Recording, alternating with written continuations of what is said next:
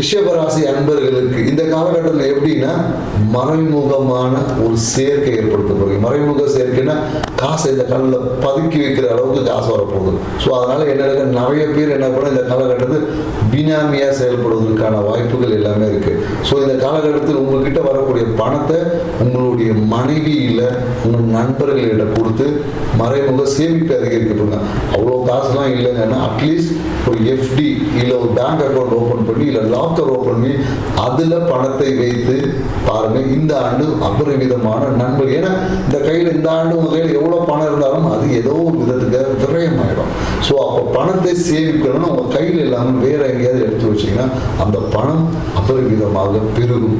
அதே போல் என்னக்கா இந்த காலகட்டத்தில் நிறைய காதல் திருமணம் இருக்குது. நிறைய பேர் என்னக்கா சரியான நபரை காதலிங்க அப்படின்ற ஒரு அட்வைஸ் இருக்கு. திருமணம் என்பது எப்போதும் என்னன்னாக்கா ஒரு பிரச்சனையா வந்துட்டு சரியாகும். அதனால என்னக்கா கணவன் மனைவி உறவுல ஒரு சிறிய கசப்பு ஏற்படும். குறிப்பா என்னன்னாக்கா அந்த உங்க வாழ்க்கை துணை குடும்பம் சார்ந்த விஷயத்துல இருந்து ஒரு ஆள் வந்து தேவையில்லாம பிரச்சனை ஏற்படுத்துவாங்க. ஸோ அந்த பிரச்சனையை ஆரம்பத்தில் கிளி போட்டீங்கன்னு வச்சுக்கல.